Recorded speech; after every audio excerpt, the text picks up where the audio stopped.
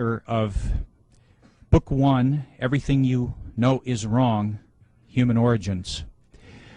Lloyd was a presenter for us at the summer seminars this last summer, and he is one of those few rare, extraordinary people that has been invited back to repeat.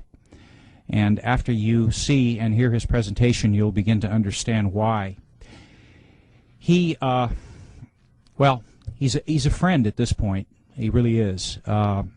And he's an awfully good man, and he's got a brilliant mind, and you're gonna love this presentation. He's a native of Louisiana. He is a graduate of Tulane University. He has a BS in psychology. He's been a writer for over 25 years, and he's been a thinker for a lot longer than that. Ladies and gentlemen, Lloyd Pye. Thank you, Bob. Appreciate that very much. For those of you that have seen this movie before, you're going to notice that the front end of it is going to be missing. I'm not going to do the part about Darwinism because I'm going to add some material at the end that I didn't have at the last time, and I think you'll find it interesting. So what we're going to do is just start right in with the human origins, in as much as the book is about human origins, and we'll go from there. All right, can we have the first slide? All right, everybody just take a minute and look at this.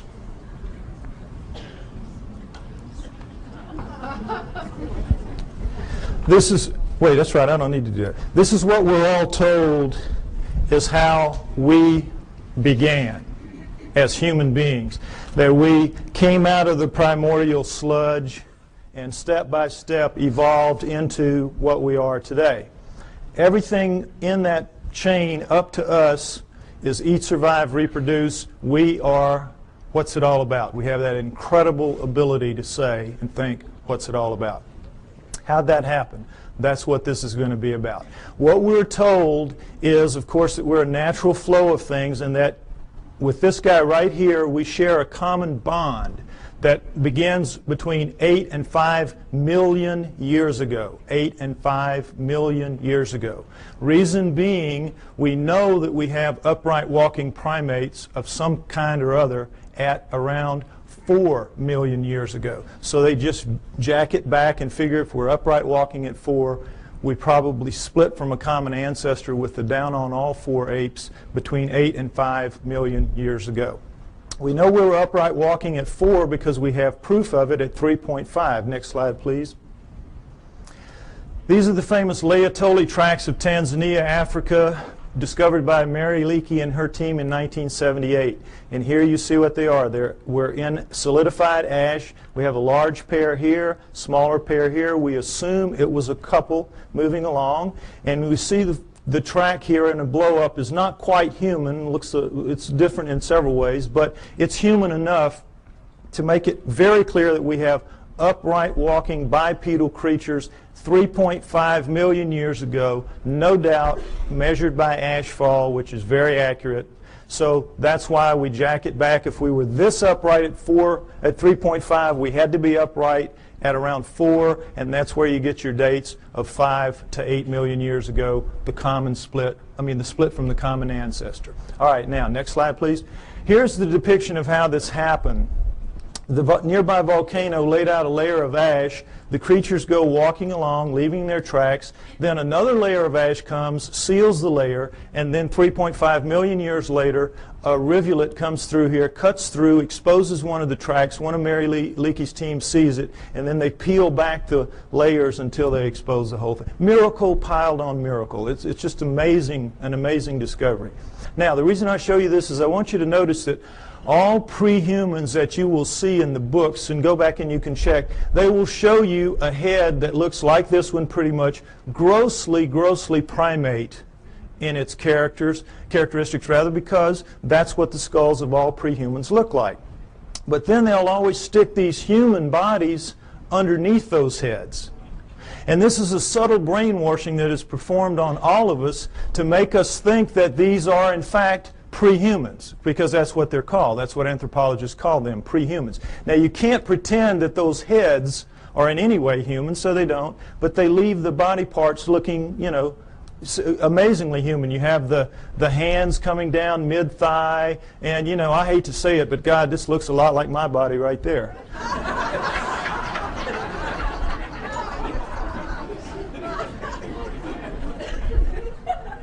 Point is, we're all being misled by these depictions, and notice them continually. It's the way I'm telling you. Now, next slide, please. Lucy is very famous. Everybody should know her story. Lucy in the Sky with Diamonds, 1974, Afar Valley, Ethiopia, discovered by Donald Johanson and his team. She is the first of the so-called prehumans. They are the Australopithecines, and she is one of the first types. Now, what we know from her is a remarkable amount, because we have 40% of her body recovered. With mirror imaging, that gives us 80%. It was so much more than any other fossil at the time. It was just amazing. So we know a lot about her. She stood about 3 feet 6 inches to 3 feet 8 inches tall. Very diminutive relative to us. But her bones, all of her bones, are much more robust than ours. Her upper arm bone here, for example, which is much longer than ours would be if it was a human that size. This arm bone it would end about right here. Also, it would be about that thick. So we can see she's much more robust than we are in all of her dimensions. She has the head of a chimpanzee, which we cannot tell from her skull, as you can see, but from others like her. Head of a chimpanzee.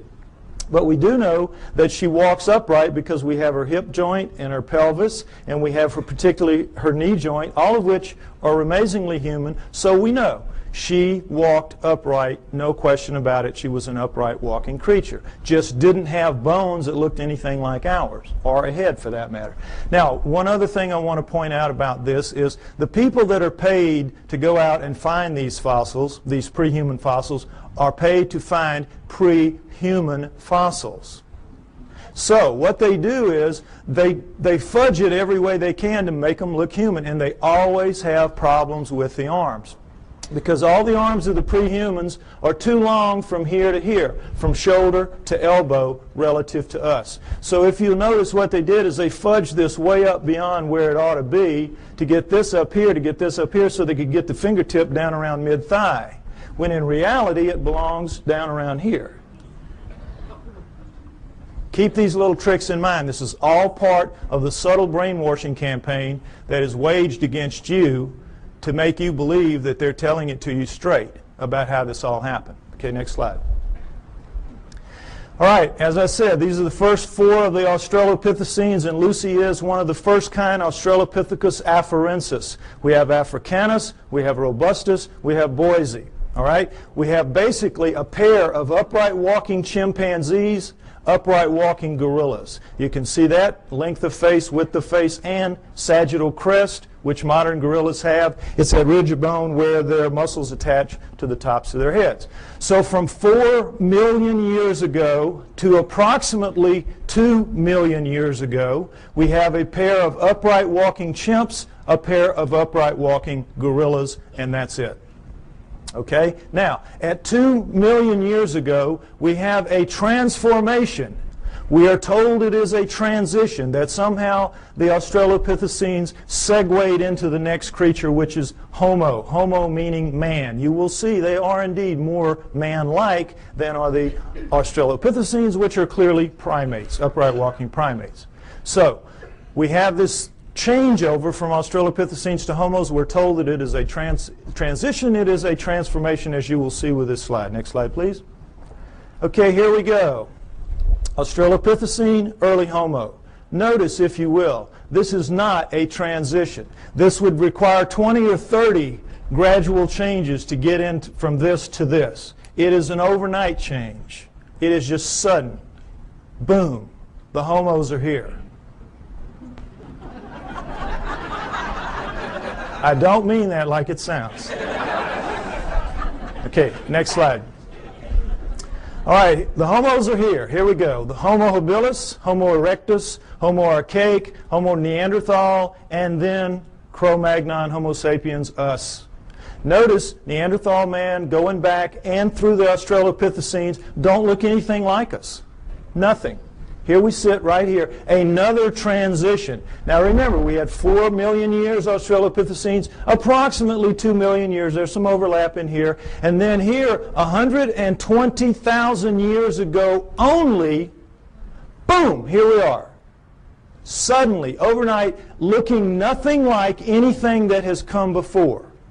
The bones of all of these creatures are much thicker than ours, just like Lucy's were. And in every way, the shapes are dissimilar.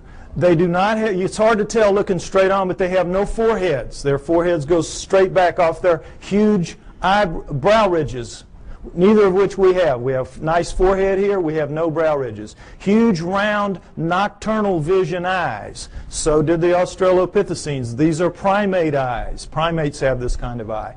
Huge, wide nasal passages indicating a big flat nose spread across the face. We've got our little uplift of bone sticking our nose off our face. We have rectangular, small, reduced eye sockets, very poor night vision.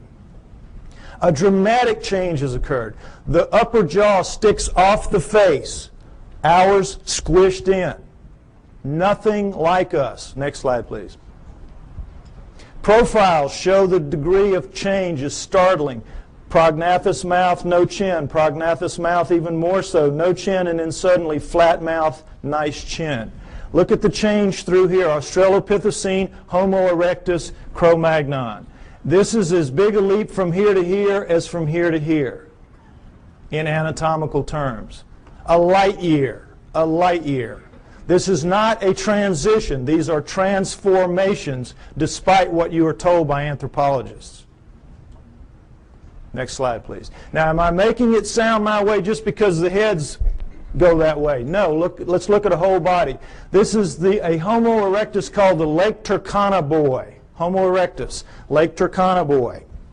Now, notice, if you will, this guy's about 12 years old. His molars have not erupted yet. He already stands 5'8". He's going to grow to 6'6", maybe 7 feet in adulthood. We don't know how they grew. But already at 12 years old, he is a physically robust creature. Every bone in his body at 12 years old is far more robust, thicker, stronger than any bone in Arnold Schwarzenegger's body today. True. Now, why do you, notice too, if you will, the length of his upper arm. And he has some shoulder socket here, so they had to put it in the right place, so that forced them to put the fingertip pretty near where it belongs. It belongs a little bit lower, but pretty close. Now, what are bones like this all about? What's the deal here? Why are they so robust? Your bones are a function of the torque your muscles can generate. Your bones have to be able to withstand the pressure that your muscles can generate. And if not, your muscles would break your bones. So when you're looking at bones like this, you're looking at an incredibly powerful creature. What are you looking at? You're looking at primate bones, primates of the earth. This is how the primates are built.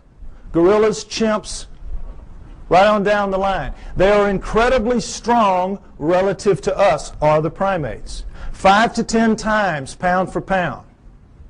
They can come, they'll come right out of the mother's womb, reach up, hands and feet, hook onto her belly, and she walks off.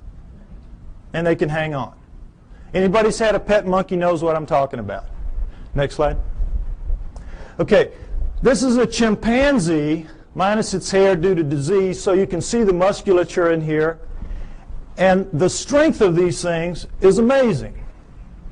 Amazing. You could take a male chimp like this, not a gorilla, and put it in a room with Mike Tyson. It's a battle to the death, and they both understand that. 2 or 3 minutes, this chimp is walking out. Now, he may be missing an ear or two.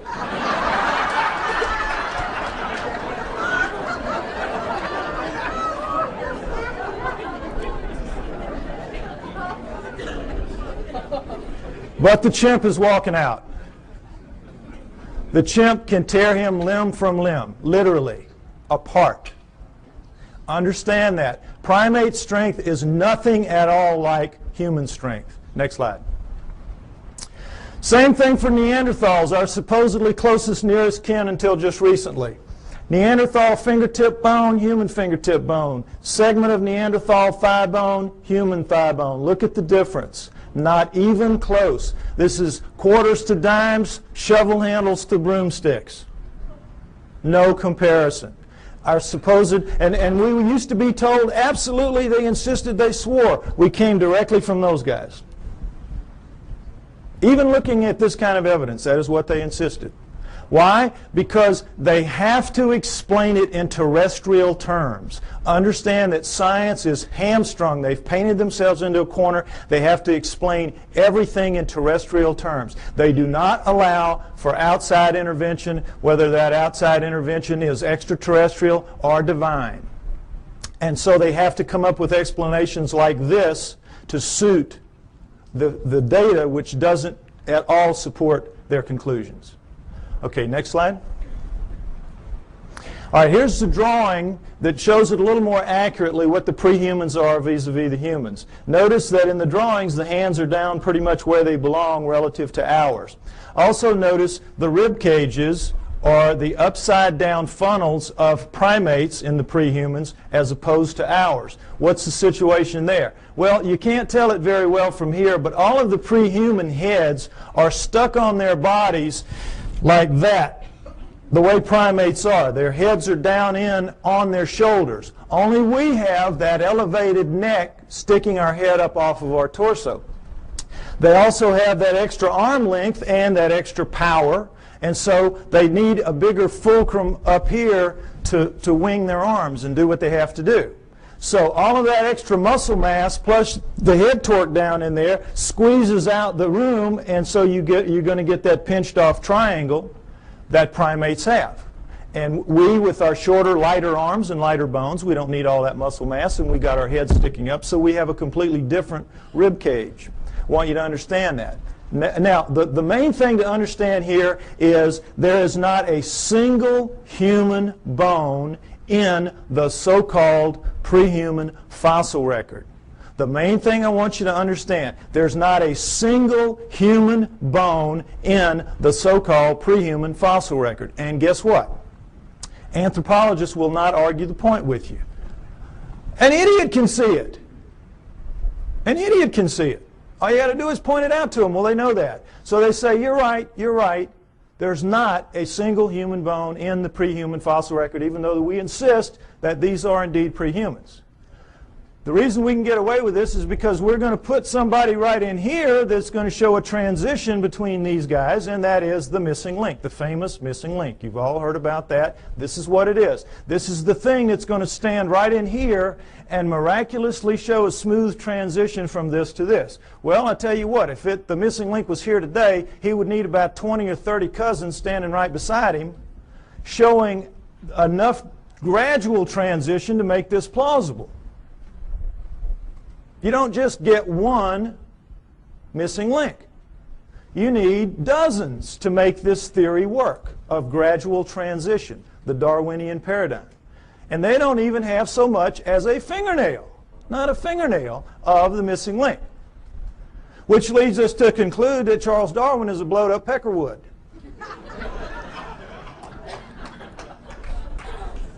However, they will not concede that fingernail that's missing in that direction. Darwin's still intact, everything's still okay. Missing link's going to show up. It's been 140 years, not yet, but he will show up. Okay, next slide. All right, the throat thing, I want you to get that clear in your mind. Notice, if you will, this is a standard primate throat, and of course this is our throat. A complete redesign, complete. Not least of which is the fact that they can breathe and eat and swallow and drink at the same time and not choke. We, of course, you know what happens when we do. The peas come out of our nose when we start coughing. Okay, so the point is that primates with this kind of throat can make tremendous amounts of noise. Anybody's been to a monkey house or, you know, at the zoo, you know what I'm talking about. Hoops, hollers, screams, howls. They know no limits. They can just puncture your eardrums, some of them, howler monkeys particularly. But they cannot do the thing that we can do with our throats, which is what I'm doing right now, this minute. Break those sounds into little bitty pieces. It's called modulating. They can't modulate. They can't speak. And try as we might to teach them to speak, and we do. You know, Coco, they've been working for her, what, 20 years now? Up to maybe 3,000 words. You could put her in a third grade class and she could probably be valedictorian. But she can't speak. She can't speak, and she's never going to be able to because she doesn't pack the gear, as they say in the military. She doesn't pack the gear and never is going to. No primate is. We are completely different and completely special because of it. Next slide. All right, now, so here's what we're left with. This supposed smooth transition right on through from the early ones to the later ones, including this. Now, you can see, I hope, that all that's really happening here is the brains are getting bigger. And it's harder to tell because the Neanderthals and the archaics, their brains are expanding back here in what's called an occipital bun. But they're getting bigger every step of the way. It surprises most people to find out that Neanderthals had bigger brains on average than we do. 1,500 cc to 1,400 cc. Bigger brains than we have, Neanderthals. We shrunk somehow and got so much smarter. Figure it out. Point is that we're told that all these guys went extinct at 30,000 years ago because that's when we see the last Neanderthal. That's when we find the last Neanderthal fossil, 30,000 years ago. Okay, so they went extinct and that's it, and we're left behind. We were told for a very long time that we appeared at 30,000 years ago. That Cro-Magnon appeared right as the Neanderthals ended, so it was a real nice fit. You know, we appeared somehow, we killed them all, and that was it. Transition, we took over the lease, and that was it. So, the reality then later proved to be that these guys existed at least 120,000 years ago. These guys existed down into 30, so you got this huge overlap of nearly 100,000 years where they're living basically side by side on the planet and not killing each other off. So that one kind of went out the window, so they said, all right, so we didn't evolve from the Neanderthals, we evolved from the Homo erectus. You saw the Lake Turkana boy and how much we look like him. We evolved from him now. That's the new theory. Okay, you can see the problem. Now, did this really happen? Did they all go extinct? Well, why would they go extinct? No natural predators. Meanest dudes in the valley. They can take a lion on head to head and tear it apart. That's how strong they are, and that's how big they were. So what would make them extinct? Could we do that? Yes, we could. We are vicious little buggers. We are smart. We hunt in packs. We are pack animals. We're hyenas. We're two-legged hyenas.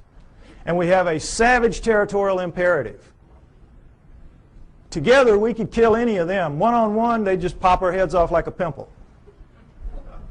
Understand that. So, given that, what if what we did was instead of driving them to extinction, we just drove them where they don't make fossils anymore? What if that happened?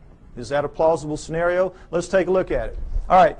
Let's look at the Earth first, where these guys will live in. The Earth is divided into ecological niches. Ecological niches.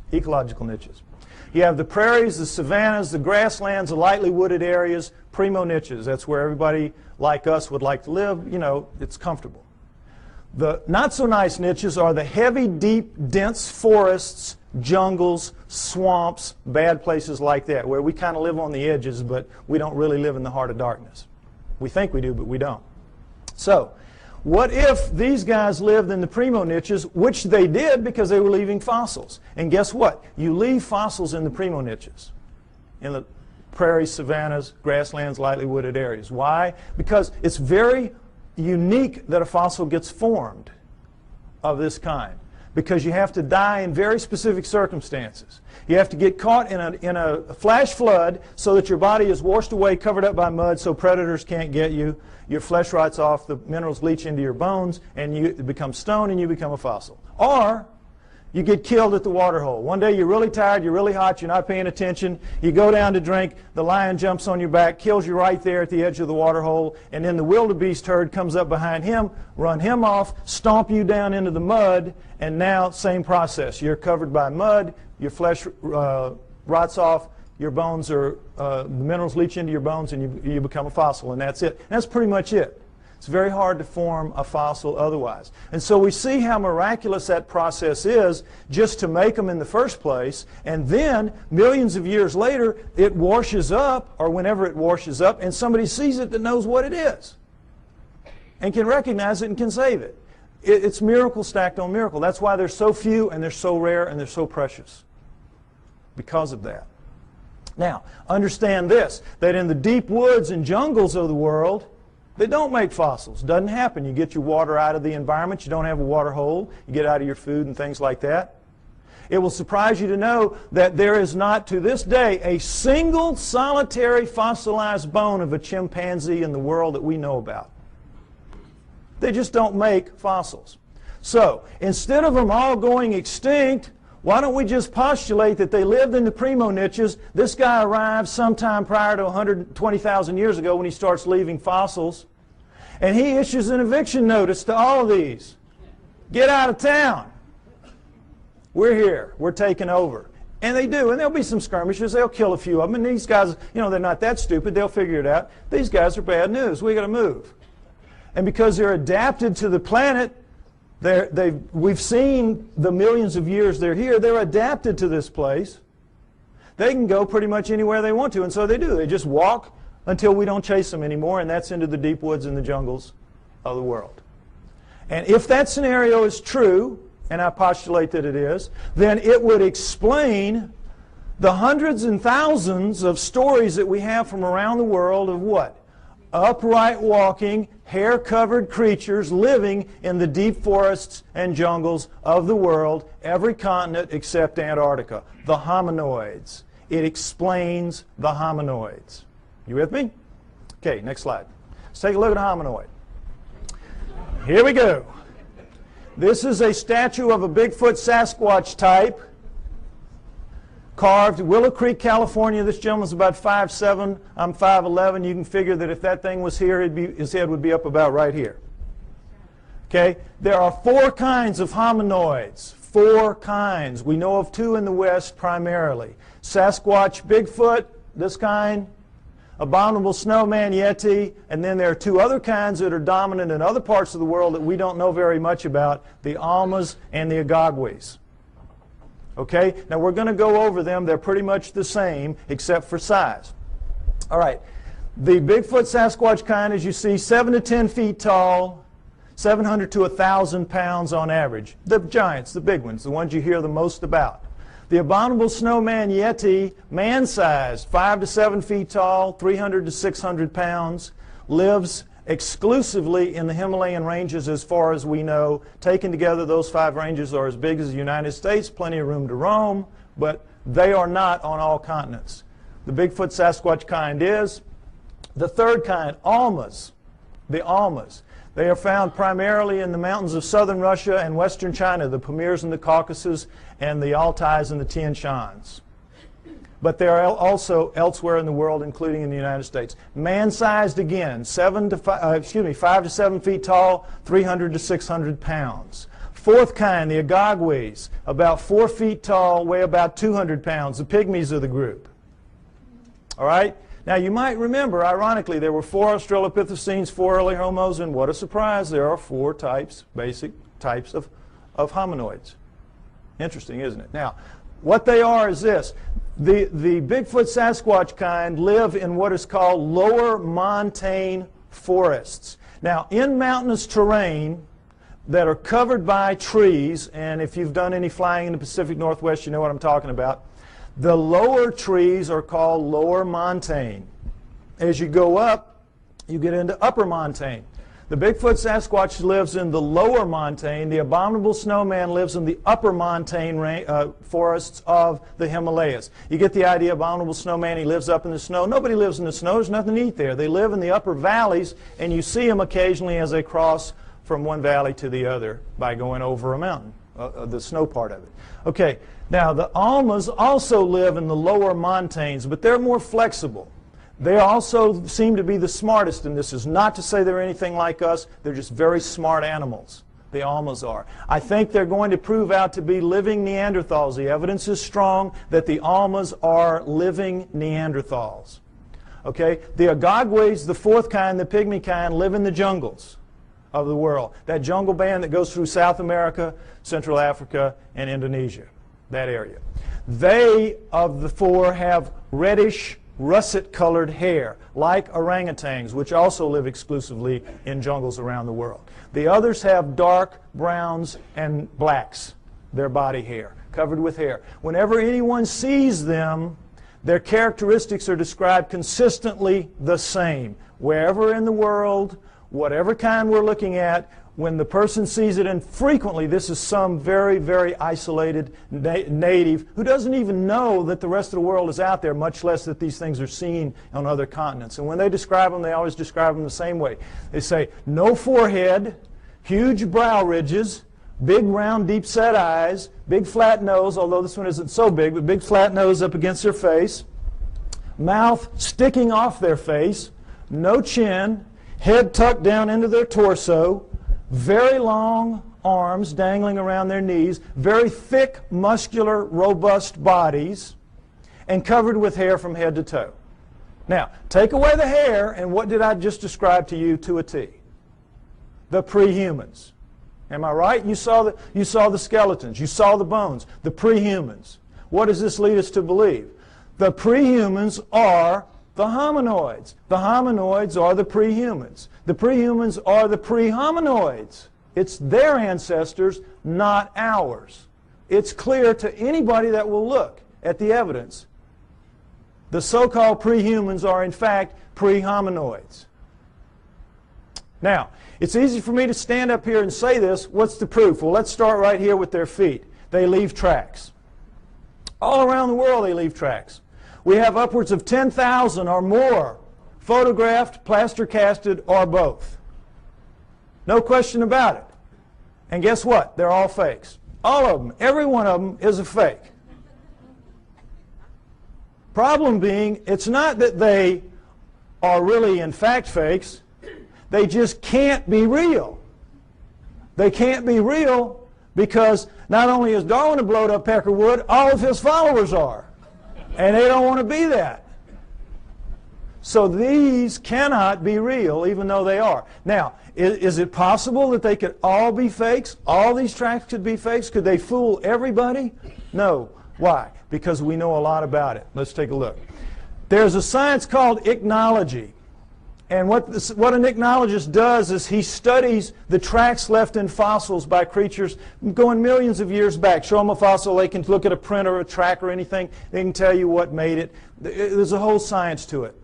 If you go back into prehistory, all of our primitive tribes, the one thing you had to pass on to your children was how to read the tracks in the area and know what they were, so that they could feed their family out of the environment and so they could keep from feeding some wild animal's family.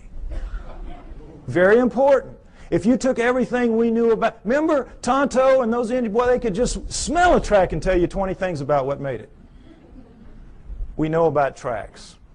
And this is two of the basic things we know. That when any living fleshy foot, like a human foot or a hominoid foot or even a camel pad, it doesn't matter, makes a track, puts a track down, the subtle interaction of bones in the foot, in our case it's 26 bones, 33 joints, dozens of muscles, ligaments, and tendons, makes a very subtle movement and lays it down in a very specific way from the midline out. And so it leaves a distinctive print with little lines in here called compression lines. Next slide. When you do it with a fake foot, you don't get that subtlety of movement because there's no sequential parts to a fake foot. If you're missing a foot and you need a prosthesis, you're going to get just a dull stiff foot. We cannot duplicate anything even close to it.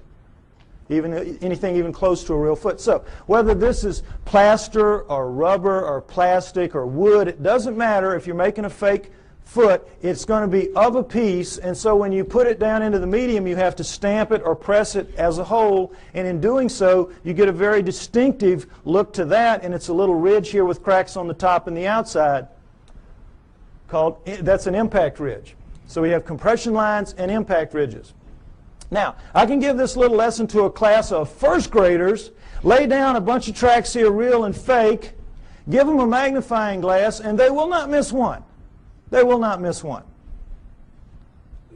Now, forest rangers that make their living out telling you, bear, elk, zebra, it doesn't matter. Whatever it is, they can tell you what it is. And no anthropologist will question their expertise.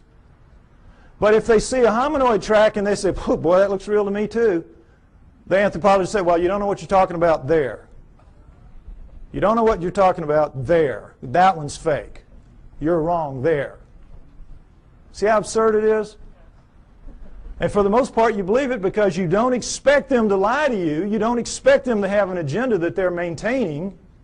But they do, and keep it in mind. Okay, next slide. All right, this is the way a human foot works. Looks and works.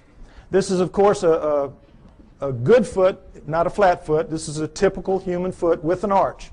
When we come down on our heel, we have to swing our momentum around the arch, then cut it over into the ball, which will regenerate some of the lost momentum, and then we come out thrusting off of our big toe. That's how we walk. Our smaller toes pull up and act as balancers. If you notice your feet tonight when you walk around, notice how that works. Your big toe will go down, your other toes will pull up, and it will leave in making a medium, an undisturbed ridge of medium here, in making a track rather, an undisturbed ridge of medium right here, but this of course will be squashed. Very distinctive print, no question about it. Now guess what? We walk badly, badly. When you do time and motion studies of us walking, we're keeling around as we're swinging our momentum through our feet. We're locking our knees. We're basically throwing ourselves through our hips. That's why our joints wear out as we age.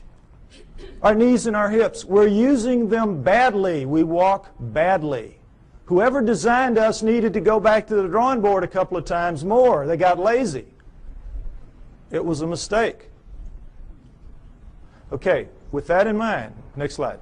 Let's take a look at a hominoid track, typical hominoid track. This is Bigfoot, 16 inches long, but taken in that really nice powdery dirt you get at the end of a hot summer, so it's a very clear, distinct print. Notice, if you will, the differences. We have a midline about right here, ankle shifted very far forward, heel extended back here and very much widened, forefoot shortened very much and widened, all 5 toes looking about the same shape, ironically, square, and all 5 toes acting as balancers because you have medium all the way through here. So you're getting the forefoot thrust coming out completely of the ball area, which is dented in, and it's like a 2-part motion sort of. So they have a completely different foot. It's a completely redesigned foot. Why? Completely redesigned creature. Much bulkier, much heavier, much denser, much more robust. So you need a different kind of foot. No arch is going to support that kind of weight, so you have no arch. Now the funny thing about most real, quote, fake tracks is that the local yokels who make them make big human footprints and go out stamping those around. So you know immediately. They don't even have sense enough to know you got to do it, make a completely different foot. But the main thing to notice here is, remember, in our motion, we walk here, we go here, we do this, and we're very awkward. Look at the line of thrust here. Straight shot. What does this tell us? He walks right. He does it better than us. He does it the way it's supposed to be done. He or she does it the way it's supposed to be done. Isn't that interesting? Next slide. Okay, this is something else that the best hominoid tracks have. Dermal ridges. Now it's kind of hard to see, but dermal ridges are your fingerprints on your feet. Fingerprints on your feet. This is why they take a baby's footprint when it's born. Finger's too small to deal with, just stick its foot on. Same thing. Individual, unique. Dermal ridges. And there you... Oh, I think my battery's running out. Oh, no. No, when I put it down here, it goes out. I may need a replacement part here if anybody's got one. Yeah, no, but I think it's just because I shook the battery a little bit. All right, anyway, point is that whoever's faking these things out around the world, thousands of them, is taking the trouble to make articulating feet that if they would just put on the market, they could make a fortune in the prosthetics industry. And then they're taking the trouble to incise dermal ridges when lasers would have a hard time doing this. I mean, criminals, if this was easy to do, criminals would get their fingerprints fixed, would they not? Instead of cutting them off.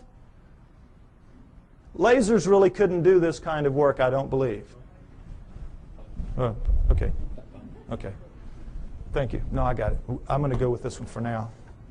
Okay. So, you with me? It's a conspiracy to end all conspiracies, this making the hominoid track conspiracies. What I'm trying to get you to see is that is in fact absurdity piled on absurdity that they're asking you to believe. And again, for the most part, you do believe that. Most people who came in here today probably believed everything that the tabloids have to say about the hominoids. Problem being, if the hominoids are real, what does it mean? We are off the flowchart of natural life on Earth, and they don't want that to happen. Neither science nor religion. So in this instance, they hold hands and walk down the path together. Okay, next slide. All right, check this again. Comparison, Bigfoot track, plaster cast, human foot, just to get this in shape in your mind again. Next slide. All right, another pair of hominoid tracks, as you can see. These are so grungy looking on the soles because they were taken out of clay as opposed to dirt, as you saw earlier. But in every other way, they're hominoid tracks, are they not? We found, they're found together, so we assume it's a male and a female, like the two that we saw walking along at the Laetoli tracks. Right? Would everybody agree? This is as hominoid as it gets, right? Wrong! Guess what these are? Neanderthals. These are Neanderthal tracks, absolutely and without doubt. Toriano, Italy, a cave 30,000 years ago. Neanderthal artifacts all over the place. Neanderthals. Bona fide. Now, what does this tell us? It tells us that the Neanderthals, for sure, are hominoids because they got hominoid feet stuck on them. Plus, they got hominoid heads stuck, as you saw from the skulls. Furthermore, we can assume, I think, fairly, that every one of the ones we saw earlier, all the way back to Lucy, 4 million years worth, had feet just like this and were, in fact, hominoids. The track you saw at Laetoli, remember the one down in the corner? It looked a heck of a lot like that, didn't it? The hominoids are the prehumans. That's the point I keep trying to make. Now, I'm extrapolating a little bit here. I'm taking a little risk because we don't have the feet nor the prints of any other prehuman. We just have to go with logic. But guess what we do have? We do have the feet of Neanderthals. Next slide. Here we go. Neanderthal foot, human foot, Neanderthal. Can everybody see this down at the bottom? I'm sorry, it's kind of low. Take a look so you can see. Stand up if you have to, be like a football game. All right, here's the deal. Notice there's no comparison. Look at the heel bone of the Neanderthal relative to our little nub of the heel bone. Look where our ankle base joint is as opposed to this huge. This is it. This is bone here. This is our little base joint compared to this giant base joint here and the squeeze forward of it. Notice, if you will, the great foreshortening of the forefoot and the widening of it relative to ours. Look at the skew. You can see the skew in the foot. See how squared up and solid that is, like a rock. Look how much our big toe dominates our little four toes and how much these are much the same. This thing is built for balance, for solidity, for stability. We got a crummy foot, folks. Crummy foot and a crummy walk. We ought to complain to the boss about this. You can see why this thing walks so smoothly. It's just kabloom, boy. It's just perfect for maintaining balance and stability, carrying all that heavy bulk and weight. Good design, bad design. Next slide. Okay, if I'm right, they're out there, all these places. Where are they? All right, let's take a look at the world. Take away the deserts, take away the tundra, and what you're left with is arable land. Arable land. All right? This is where they live, in the black parts. The heavy, dense, deep forests and jungles of the world. This is where we live, the nice, cool, open areas, the pinks, the blues, and the purples. The primo niches, that's us.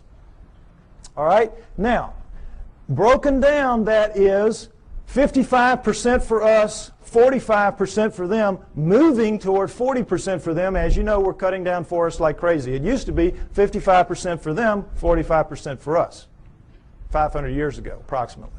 Okay, so you look at this and you say, well, wait a minute, we're sitting right here in the desert. We live everywhere. No, we live in most of these environments, but we don't live for the most part up in these areas, in the Himalayas and here and in these jungles. If we live in the jungles, we live on the river. We don't live in the heart of darkness. When we have to live in the heart of darkness, what do? We cut it down. We'll cut roads through here, but we don't live in it, where we've got to hack our way through every day to go to school or to the store. Just isn't going to happen. We're not physically designed for that. Our skin won't take it. If we didn't have clothes and couldn't defeat the natural order of things, if you were to strip everybody in this room naked and put us out there to live like everybody else has to live, most of us would be dead in a few weeks from radiation poisoning. Those of us who have black skin would have a chance to make it to the equator, but couldn't stay and live in cold climates. We're not physically adapted to this planet. Understand that. Our skin does not let us go except in certain niches, the primo niches. So, understand too that we think we live in every one of the nooks and crannies out there. We are masters of all we survey. That's what we're told all the time. We're humans. We're masters of all we survey. We do not even survey all that we claim to be masters of. It will surprise you to know that of the United States alone, fully 25%, 1/4, has never once been foot surveyed because it's just too hard to get in there and do the work. We survey from the air those areas. We do not go. We're not as tough as we think we are. Now, also understand that the hominoids are not just restricted to these areas. They move wherever there are forests. These are their real stomping grounds. But they go anywhere that there are forests. They use forests like highways because they are migratory animals. They migrate. They do not hibernate. They move with the seasons, and they use forests as their highways. As they live in the forests, they do a split shift with the bears. Bears work the day shift, they work the night shift. It is. It's how it works. Also understand that of the 5,000 quality sightings that we have in the United States and Canada, now I'm not talking just, skimpy ones. I'm talking good quality sightings, 5,000 in the last 50 years, half have been east of the Mississippi River. Every state has them, except possibly Nevada, maybe the mountains north. We have them in Louisiana, down in the swamps, the little one. It's called Rougarou. When I was a little boy growing up, don't you get too far from the house, Rougarou will get you. The little red man of the woods, the boogeyman. Excuse me, boogerman, right. Slip of the tongue. Anyway, Florida has the skunk ape. New Jersey has the Jersey Devils. Arkansas, everywhere has them. I bet you every one of you have heard stories about this from your state. They're everywhere. And it's the same around the world. They share the planet with us. Okay, next slide. So, you say to me, well, okay, by George, we're humans. Why don't we just go out there and get one? Even so, we can do anything. Why don't we just mount up and go get one if there's so many of them out there? All right, panda is a perfect example of what the problem is. The panda was last century's hominoids. Rumors would come out of China of this black and white bear that ate bamboo. And, of course, every PhD in the world sitting behind his little desk does not even have to get his fanny up out of the chair to say, well, forget that. We know they have black bears. We know they have brown bears. We know they have white bears. But they're all carnivores. No vegetarian bears. You kidding us? Ridiculous. And then in 1869, a French naturalist goes to Sichuan province, China, and sees the hide of a freshly killed one hanging on the wall, and he knows they're real. So every zoo and museum mounts up the expeditions that you would like to see mounted up today to go out to find the next panda and bring it in. Serious. Now we're talking Sichuan province, an area the size of the state of Arizona, very mountainous, hilly terrain, difficult terrain covered with bamboo rather than woods, but in every other respect like the environment that hominoids will be found in. How long do you think it took those teams? And this is back in the 1800s where people really knew their way around the woods. How long do you think it took? 60 years. And quit giving away my punchlines. Don't do that anymore. 60 years. 60 years. Those of you who've seen the movie, do not give away the punchlines. Okay. Now, it sounds like a gross exaggeration, and it is. They only looked for about 30 years. This is where Ivy made the mistake. They only looked for about 30 years, and then they gave it up. And they said it has to be extinct now. And then 30 years later, Teddy Roosevelt's sons are out there doing some sport hunting, and they kill one. Okay? So then they mounted up again, knowing that it's for real now. And because they had learned so much in the interim, they began to get them. And over the next 20 years, they brought in 6. And we have the panda craze, that we have today. But even to this day, they're extremely difficult to go out into the wilds of Sichuan province, China, and bring in a wild panda. Now, what is the panda doing that makes it so difficult to get one? Well, as you can see, it's very brightly colored and stands out very distinctively against its green background. It lives during the day. It eats a very restricted diet, bamboo. It's very slow-moving. You see them move in zoos. They're as stupid as a bag of hammers. They can't even reproduce in zoos. Can't even find each other or figure it out. I mean, how stupid do you have to be? Anyway, point is, they're not doing anything. They're living their lives, and the problem lies with us. We can't hack it in their world very easily. We think we're masters again of the world. We're not. We're not. And where they live is where the hominoids live. And the hominoids are bigger, faster, stronger, operate at night, eat anything in their world. They can hear better, see better, and I'm absolutely sure think better than we can. We're not going to just mount up and go get one because we've tried it many times and it hasn't worked. We're only going to see them by accident, encounter them by accident. And that's when it happens, and it happens a lot. We have good evidence on record of these encounters. Next slide. We're going to go over a few. The famous Patterson film, Roger Patterson took a film of a female hominoid walking along a creek bank in 1967, October. You all saw this, well, not all, but some of you saw this recently on a television program called World's Greatest Hoaxes. All right? That itself was a hoax. That program was a hoax. I wrote a long email about this, and it's on my site if you'd like to read it, www.lloydpie.com. It's a defense of the Patterson film showing what they did not talk about in that program, trying to make this film look like a hoax and pick on it, as people will do occasionally. There's no doubt that this is a bona fide film for a number of reasons we're going to go over. All right. First of all, it was a bright sunny day, as you can see. What happened was the sun was shining such that it was glinting off of her shoulder and thigh as she walked, and you could see her muscles rippling in her shoulder, in her thigh as she walks. In good slow-mo close-up you can see that, which they did not provide in that program. All right, if that's a person in a suit, the suit has to be glued to naked skin. In the gluing process, you lose that flexibility, that ripple. The only thing that looks like this does in this film is real skin over real muscle working. So we could stop right here, it's real just based on that. Right there. But we don't have to stop. The arm, if you've all seen her walk, she walks along like this. She drags her arm down around her knees where everybody says, the hominoids do. Why? The elbow articulates right here, which is much longer from shoulder to elbow than a human. If that's a human in a suit, impossible. You can't get an elbow bend at the same point. So we could stop right there. Solid proof that that's not a human being in a suit. But furthermore, Jerry Romney, the guy they said was in the suit, they stuck him with breasts. What would they do that for? Why go to the problem? Why go to the trouble? As she walks along and she turns back to face him, you see the breasts sway, and she takes a couple of steps, and you see that nice jiggle that we all know. If it's a person in a suit in 1967, it's going to be those early silicone jobs. Remember those?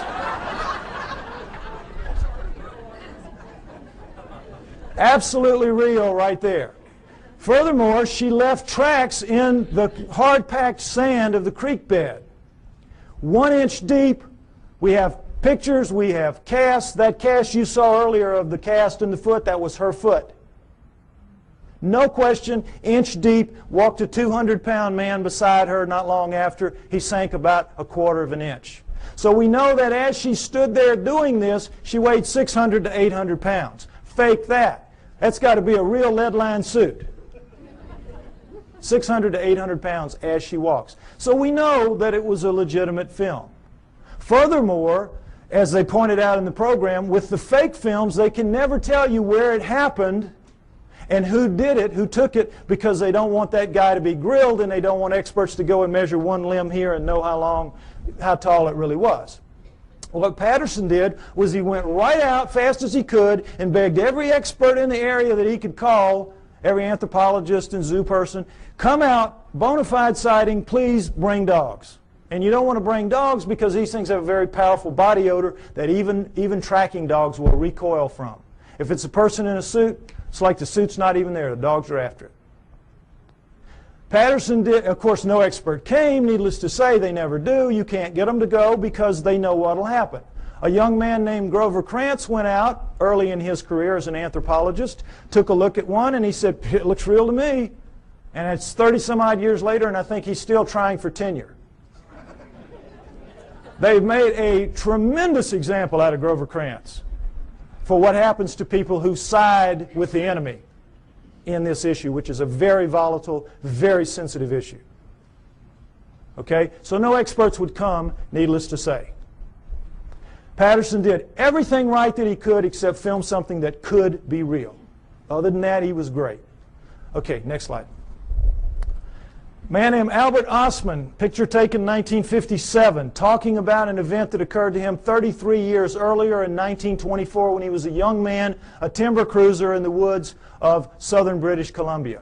He's taking some time off. He's out looking for gold mines, lost gold mines. He's sleeping in his sleeping bag one night, and suddenly Big Hand picks him up, shoves him to the bottom of the bag, slings him over its back like Santa's bag of toys, and scoops up his camp stores with the other hand and walks off with him. He is captured by a Bigfoot.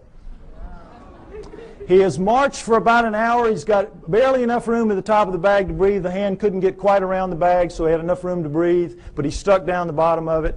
It dumps him out an hour later or so, and he's in a 10-acre basin of high rock walls where he can't get out, and there's one opening opposite where he is, and over there is the den of the living quarters of the male Bigfoot that got him, his mate, and their 2 offspring, a young male and a young female. And Albert Ostman stays with them for 6 days before he can figure out a way to escape, which is very funny, very clever. Not going to go into it. Takes too long to tell. It's in the book, okay? But he gets away. The point of the story is not how funnily he escapes, but that he doesn't tell anybody for 33 years. Keeps it to himself, thinking everybody would think he was crazy, which they would do. And then in 1957, he reads an affidavit in a paper by a man who saw one picking berries, and the man said, if anybody has an experience like this, would you share it with me? So Ostman writes him a letter and says, this is what happened to me. Well, when people found out what happened to him, the roof fell in on the poor guy. Experts came in from all over the world. He had to take lie detector tests up the wazoo. You know how it works. And so you know that when you're telling a story, a long, detailed story, and it's a lie, you can't keep the details straight. You're going to goof it up, and they're going to figure it out sooner or later you're telling a lie. He never goofed up. He passed all his lie detector tests. No, anybody that had anything to do with him, just read the testimonies, say he was absolutely A+ straight up guy, telling a true story. Next slide. The famous Minnesota Iceman. Ice Child is more like it. This was a juvenile Bigfoot killed by a man named Frank Hansen in the woods of northern Minnesota. Ironically, in 1967, the same year that Patterson filmed his Bigfoot 2,000 miles away. All right, now, Frank Hansen shot it in the back, blew out that nice hole in its chest, dropped it, severed its spine, dropped it down. It pulled its arm up to protect its face from him, as you can imagine, shot it through the wrist, through the left eye, blew the right eye out onto its cheek, and blew out the back of its head. Coup de grace, killed it dead. At that moment, 1967, Frank Hansen could have changed history. He could have taken this thing, crammed it down the throats of science, and we would not be having this discussion today. We would all accept hominoids as a reality from that point forward. No problem. But Frank Hansen was not that kind of man. The kind of man he was, he saw the opportunity. He bought a 7-foot floor freezer. He threw the body in there. He filled it up with water. He froze it. He put a piece of plate glass over it, and he took it around to shopping malls and county fairs for about 12 years, from about 1978 to, about 1968 to about 1980. Did anybody here besides me see it when it was out? There's always people that saw it. Okay, so they can tell you that it was the real deal. Okay. Now, what you saw if you went and paid your buck to see it was this thing laid out, and you could see it's kind of snowy, milky ice right here, but where you could see it was like glass. It was like air. It was clear. You know how ice can be. So, you could see very clearly that this was an ex-living dead thing laying in front of you. But don't take my word for it. Take the word of a man named Ivan Sanderson. When Frank Hansen was trying to get publicity for this, he allowed Ivan Sanderson, a true zoologist and a great cryptozoologist, to study this thing for 3 full days. Very powerful lights, the whole works. And Sanderson wrote this tremendously detailed technical report about it, much of which I quote in the book. You read that, you will know the man knew what he was looking at from a technical zoology standpoint. I'm looking at it just with layman's eyes when I'm a young man, but they're perfect eyes, astronaut eyes. So I'll tell you what I saw. What you could see, what anybody could see, because the knees were almost to the top of the glass, is that every hair, you know how hair floats in water? This is not our hair. This is primate hair, 2 to 3 inches long. It's sticking off. It's like a pincushion off its body. You can see right down to its skin wherever you look.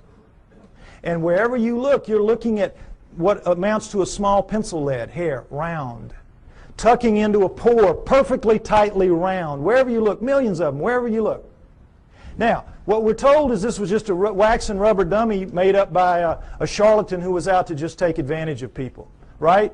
Ask anybody who works in the wax museum business, and they'll tell you the one thing you can't do well is hair, because to get the hair right, you got to punch it in with a tool, and you got to pull that tool out, and it's going to leave a little nick mark around the hair.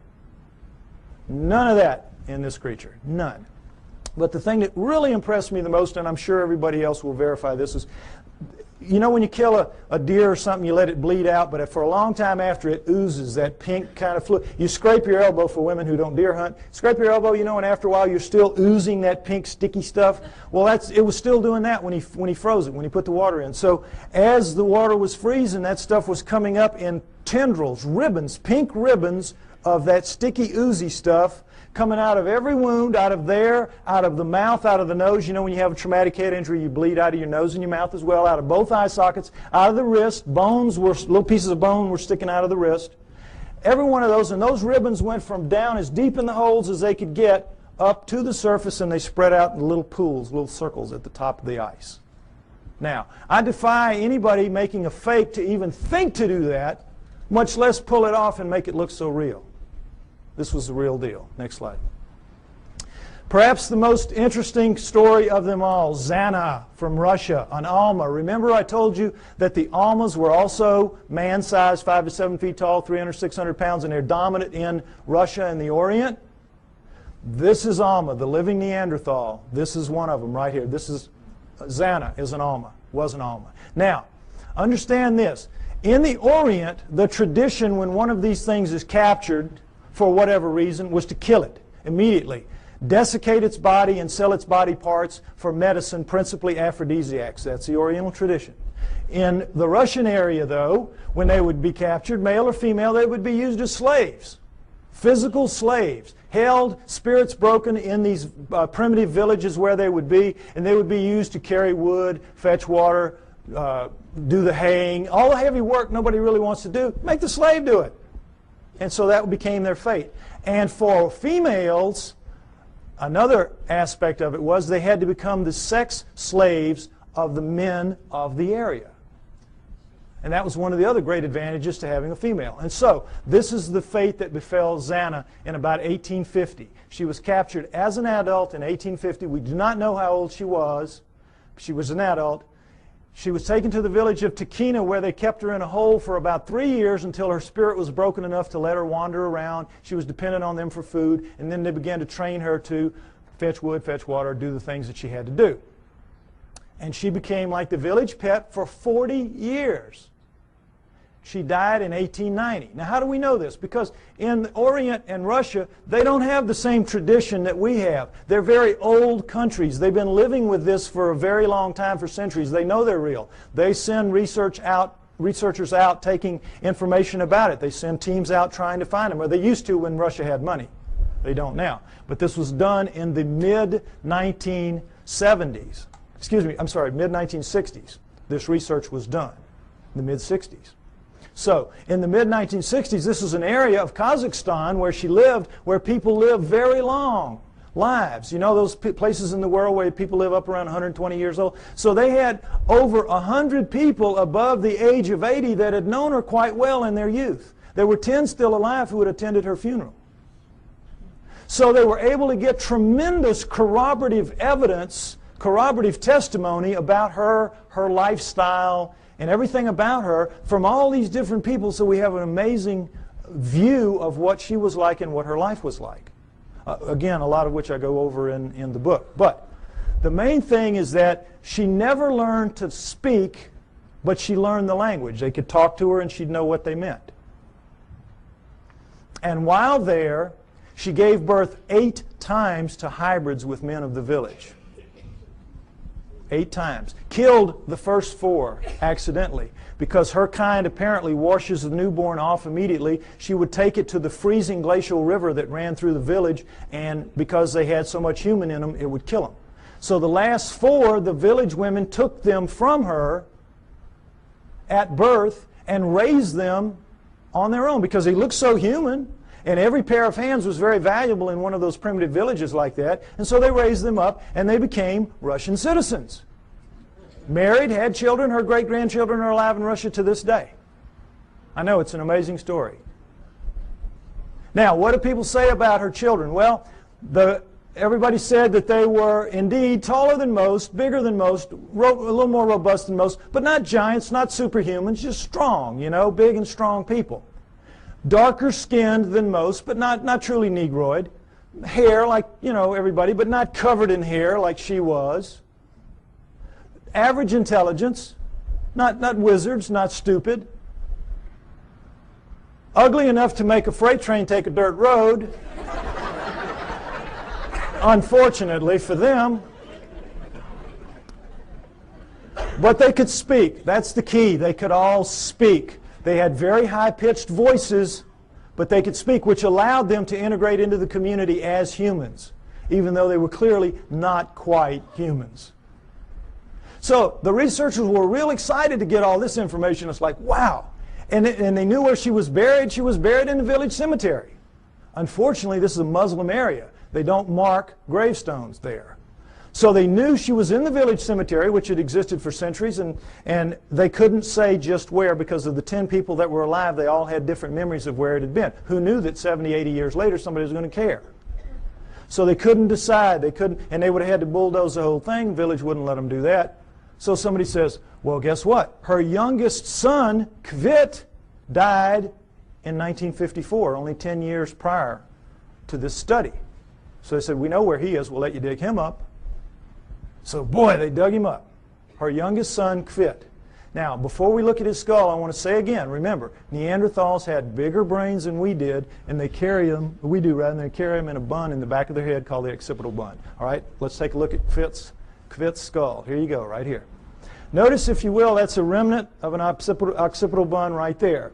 Notice how much of a forehead he doesn't have. Look at the size of these brow ridges. Look at that eye socket. Is it starting to look familiar? Look at the size of that nasal passage. Look at the size of these teeth. Look at the size of that jawbone. Look at the size of the cheekbone. But look at that chin. Allows him to speak. This is an ugly dude, kids. This is a Neanderthal, basically. This is a guy you do not want to meet in a dark alley. Now, what, of course, anthropologists say is that he is an extreme variation on the human norm. An extreme, real extreme variation on the human norm. But that's how they explain it. Okay, I ask you to take my word for it. Hominoids are real. They live with us today. They have always lived with us. It is their planet. They are the native, indigenous, upright walking primate of planet Earth. There was a split somewhere between the down on all four primates and the up on 2 feet primates, but we're not the one. The pre-humans are the pre-hominoids. Go with me on that. Now, if you do, what it means is, as I said earlier, we human beings do not have a place in the natural scheme of life on Earth. And that's a problem. So if we don't, where did we come from? Why and how did we start leaving fossils on the planet at only 120,000 years ago? All right? Unlike Alan, the speaker you saw earlier, and perhaps unlike some of the others you might hear later, I have my own opinion. I don't necessarily agree with him. You're here to evaluate what we say and decide on what you believe. I am a pro-Sitchin person, as you will see. Okay? I have studied, and in part 4 of my book, I base part 4 on the writings of Zechariah Sitchin and the ancient Sumerians, because, next slide, I believe that the answer to where we came from is, in fact, going to be found in Sumer, ancient Sumer. Modern-day Iraq, Tigris-Euphrates River, Zagros Mountains, the Fertile Crescent. And the Sumerians are the first great culture that we know to come out of the Stone Age. At around 6,000 years ago, they appear full-blown, boop, everything. Over 100 of the first that we attribute to a high culture the Sumerians produced. Now, logic would tell you, and certainly the Darwinian paradigm of simplicity leading to ever more complexity would tell you, that the first culture out of the Stone Age is going to come crawling out of the caves on bloody hands and knees. Are they not? But no. These guys come sailing out and start building beautiful cities and have education and law and everything. Next slide, please. They had the first great cities, the first great city centers, the first high-rise buildings, the first walls, the first roads, the first wheeled vehicles, the first ocean-going vessels, geniuses with water, first agriculture, first animal husbandry, first laws, first court systems, first literature. You name it. They had it. Well, everything except cable TV, maybe.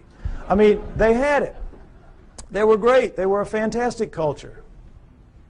And the Egyptians, Greeks, and Romans come from their culture. Those cultures developed from what passes down from the Sumerians, or at least out from the Sumerians, I believe. Okay? So, one of the many things they had at first was writing. Now, this is what we're all taught. We're taught nothing about the Sumerians except that they invented writing. Again, they appear, boop, invent writing, boop, disappear, and that's it. History forgets about them. You never hear what they wrote. You never hear what they wrote. And you never hear how sophisticated they were, because, again, it doesn't fit that paradigm. It's easier to just start with the Egyptians, Greeks, and Romans and move on from there. Okay?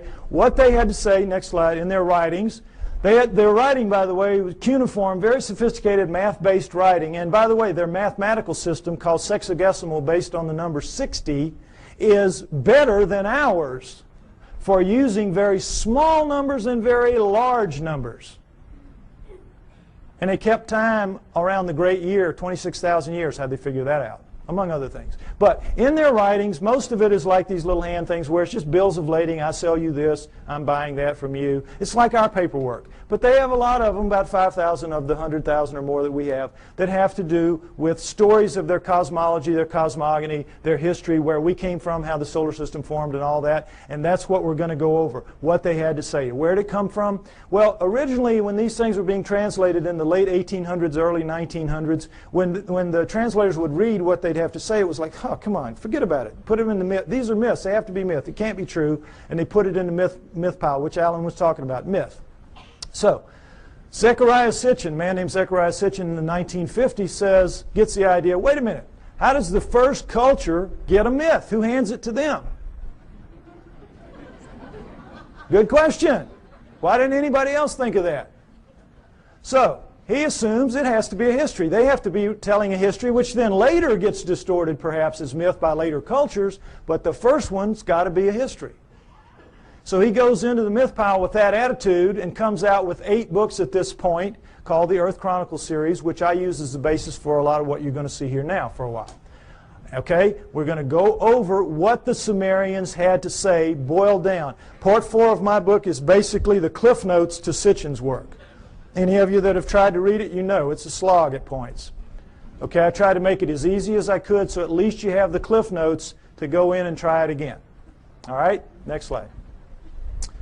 Here's what they say, that originally as the solar system was forming, there was the Sun, Mercury, Venus, Mars, and a big planet called Tiamat, right where the asteroid belt is now. And if you know about Bode's law, there's supposed to be planets at certain places of a certain size, and it all fits reasonably well except for the asteroid belt where there should be a planet, and there isn't. But there was Tiamat then, Jupiter, Saturn, Pluto as a moon of Saturn, Uranus, Neptune, and into that forming solar system at around 4 billion years ago, which we extrapolate and assume because all of them were still very plasmid, still very much lava-ish, able to pull moons out of themselves, and we know that the solar system formed at around 4.6 billion years ago, so at around 4 billion years ago would have been the time approximately when this would have happened. Okay, Nibiru comes in, and as it's a stray planet like the one we saw a few months ago being slung out of the binary star system on the news, we all saw that, probably something like that. It's captured by the gravitational pull of the large outer planets, swung around the sun, captured by the sun, and is caught in an elliptical orbit like a comet, moving clockwise as opposed to the counterclockwise circles of the other planets. Well, as you can see, there's the capacity for real problems here with one going one way and one going the other. And in the second time around, Nibiru collides head-on with Tiamat at planetary speeds. This is a collision. Okay? Next slide. This whole thing now is described in the great Sumerian epic of creation called the Enuma Elish, which is 6 tablets of action, 1 tablet of summation, which is taken to be by many people the basis for the 6 days of creation and the 1 day of rest. Because much of the Old Testament is a direct come down from the Sumerians. And if you know the Sumerian history and you read your Sitchin, you will know that, or my stuff, you will see that that is the case. Now, in that great epic of creation, the Enuma Elish, six of the major puzzles of modern astronomy and Earth geology are, I think, plausibly answered. You heard Alan's interpretation of some of it. I'm going to give you mine and give you the basic Sitchin explanation. Okay? What they say is that in the collision, Nibiru slams into Tiamat. It is a little more held together. It's older, and so it is coalesced more. It holds together. Tiamat is shattered in two, blown apart, torn in half. And that the lighter outer crust, the crust with the water on it, is scattered in all directions. Boom, just an explosion, the lighter crust, and goes off with the water. Now, one of the great mysteries of modern day astronomy is comets. Comets make no sense for this reason. They come from all over the place. In a linear universe, when, you know, the great ball of a primordial cloud of dust and gas swirling around flattens out into a pancake to make the solar system, that's the ecliptic. Everything formed in the ecliptic should be in the ecliptic. Nothing should be out of the ecliptic, and yet comets come from all over the place. So they had to be removed out to where they are some kind of way, but we don't have any idea. So they come up with this fantastic thing called the Oort cloud, which is so far away you can't imagine. The Oort cloud is one of the biggest jokes out there. And that's how they explain comets, because they can't explain them any other way. But the problem with comets is they have water in them. And anything out in space is not going to produce water. You produce water by being a cooling planet with lava spewing up the steam and stuff like that, and it condenses, etc. So comets have to begin in a planet. Now, this explains it, I think, plausibly well. Nothing that they will throw at you to explain comets will do it. All right. Number 2, the other great mystery, the asteroid belt. What they say is that the inner viscous magma inside Tiamat in the collision was strung out the bowels of the planet. The guts were ripped out and strung out and broke into little pieces. That's the asteroid belt. They called it the hammered bracelet. We call it the asteroid belt. But there it is. And that's a fairly plausible explanation for it. Again, this doesn't make sense because, as you heard, the exploded planet theory. Problem is, when a planet explodes, it ought to just go boom everywhere. It shouldn't be hanging around. Doesn't make sense for a number of reasons. Okay, now, the third one is Pluto. Pluto's a problem because it's, as you've all been hearing lately, they're trying to downgrade it. It doesn't belong. It doesn't fit. It has an orbit that's not like the others. It carries inside the orbit of Neptune, and it's 17 degrees off the ecliptic. Again, nothing should be off the ecliptic. What they say is that Nibiru, as it swung around, it pulled Pluto away from Saturn, its original home, and dropped it out where it is now. Now, all astronomers know Pluto is not a natural planet. It started life as a moon of an inner planet. They know that. But they have no idea how it could have gotten moved out to where it is. Here you go. Here's a reasonable answer right here. Now, let's talk about Earth. Three great mysteries here. Life. Well, first of all, let's establish that Earth is a remnant of this. What happens is Nibiru's moon bangs into the remnant of Tiamat, and like pool balls, boop, hitting, knocks it inside the orbit of Mars, and it reestablishes there and becomes the Earth, the remnant of Tiamat.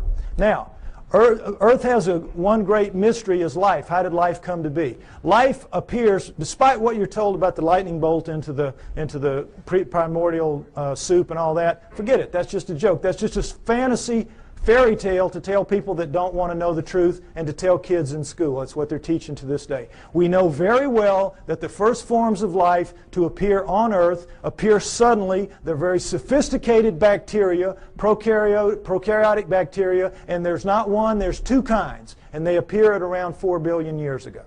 Suddenly, overnight, strata with two kinds, sophisticated bacteria, relative to what that first living form would have been. If I had done the first part of my show, you would see all that. Okay, you can get the tape or get one tape and put it in a room and let everybody see it if you want to. But anyway, the point is, life is a great mystery. How it would suddenly appear 4 billion years ago, here you go. It says in the tablets, in the collision between Nibiru and Tiamat, in the mingling of their waters, Nibiru passed life to Tiamat, to the remnant of Tiamat. Perfect explanation for the sudden appearance of two sophisticated life forms on the remnant. Now, the remnant now is over here with its moon Kingu, and has gone over, and now we're looking at two major differences in Earth and all other astral bodies out there. Earth is missing a huge portion of its crust, and it has plate tectonics, movement in the plates. How could that happen? No explanation. Why? Because in the vacuum, any liquid in a vacuum, what does it do? You see it in the space shuttle all the time. They let orange juice or milk. It makes the smallest, tightest ball it can make. That is what a liquid does in a vacuum. Smallest, tightest ball it can make. Now, that is what all the other astral bodies have done. They don't have plate tectonics. There's nowhere for the plates to go. They're as tight as they can be. Where do plate tectonics come from? In the collision, the backside of Tiamat is cracked like an eggshell. Cracked like an eggshell. There are the plates. There are the plates. And when the missing crust, of course, is when the half is there. It's still viscous. It's still magma. So what's it going to do? It's going to tighten itself down into a new ball, much smaller than the old one had been. And what's going to happen? It's going to have a big chunk gone, a big missing piece of itself, a big hole in itself, in its skin. And so that scar is going to break up into pieces as the plates move around, and we have the plate tectonics and we have the missing surface that we know about today. Next slide, please. And we'll take a look at just a representation of what it looks like with the water gone. Not to scale, of course, but you get the idea. This is not like any other planet or moon out there. Something happened. And I think the Enuma Elish gives a plausible explanation for what that was and for all the other things that I mentioned as well. Next slide. Now, when the dust settled, here's what we had. The solar system as we know it today, with Nibiru moving in this clockwise 3,600-year orbit. And I say it passes outside the orbit of Mars, inside the inner edge of the asteroid belt. And the last time we're through, I think, was around 200 BC, which means it's just past aphelion out here, and it's going to be back around 3400 AD, about 1400 years. We don't have to worry about it if I'm right. You will get arguments about these dates. Some people use textual interpretations. I use the date of the ending of the Ice Age, which I believe was caused by Nibiru passing through and lifting the tides. You can read about why I think that in the book. And I use the dating of the ice cores and the tree rings of science. I try to make my work as scientifically based as I can because I expect someday to be able to go toe-to-toe with those guys, and I want to be able to do it on their turf in their terms. Okay? So, next slide. All right. This is some of the proof for that story that you've just heard, and it starts with cylinder seals. And I just want you to see what a cylinder seal is. There are about 5,000 of these that we have. They're with a printing press. It was just a thing they would roll out on the clay to leave little pictures like this. Now, when they had a story to tell, they told it in the tablets like you saw. But when they had an event that everybody would know the event, like I showed you that cartoon, and everybody here, we all knew in a very small space that was talking about millions of words and thousands of volumes about evolution. Am I right? We all knew. Well, they would all know this was the story of the time the gods or whoever gave the water to the water buffalo or whatever. The point is, notice the fine detail in the best of the cylinder seals, and then realize that these are basically 2 to 3 inches high. They're like big spools of thread. Made out of precious and semi-precious stone, carved in a circular format so that they roll out flat and three-dimensionally. Now, when asked how this was done, science says, well, they could only have bored little holes into the rock and then abraded them out like they, to the degree that they wanted. Well, the sand would be bigger than the holes you need to do this, some of this work anyway. There's just no way. Lasers, this is not even an inch square here. Lasers would have a hard time doing this if they could do it. Nobody knows how they did this. They're just pulling one out of the hat on you. Okay, next slide. This is the one I want you to see. This is a much older one, much more worn, as you can see. 4,500 years, 4,500 years, 2,500 BC. It's called it's VA 243. It's in a museum in Berlin. It's well dated. And it's called the Granting of the Plow. This is a seated God. See him in his chair with a plow in his hand. And this is a standing God, and this is a human. How do we know they're gods? Because they have horns on their helmets. Horns on their helmets. Notice the horns. This is how you signify gods, or they did anyway, the Sumerians did on their cylinder seals. And I want you to pay special attention to this because later at the banquet we might see a real live Anunnaki helmet. We might see that. Okay, now, normally they would put astronomical signs up here to indicate who the god was because not everybody would know. But in this one, obviously everybody knew. And as you can see, this the human is carrying this kind of skunky old digging stick that the most primitive people have, even to this day. And this new wooden plow here, 4,500 years ago, we can go to Egypt today and see this very plow, and in many other third world countries still being used, this very plow. Okay, so no question it's the granting of the plow. But this is what makes this special right here. Let's see a blow-up of that. What is this? Solar system, right. Sun, Mercury, Venus, Earth, in their relative sizes, mind you. Earth, Moon, think how small that is. What grain of sand dug that out? Mars, and then, what should be here? This should be the asteroid belt. This is Nibiru, folks. Nibiru. Jupiter, Saturn, Pluto as a moon of Saturn, Uranus, Neptune. Notice that it's only a little bit bigger than Uranus, Neptune. It's about 3 times bigger than Earth. Nibiru is a good-sized planet. Good-sized planet, according to this. Okay? Now, again, what proof do we have of any of this? Let's take some look. Let's take a look at this. All right, here's a look at the solar system that you don't get to very often.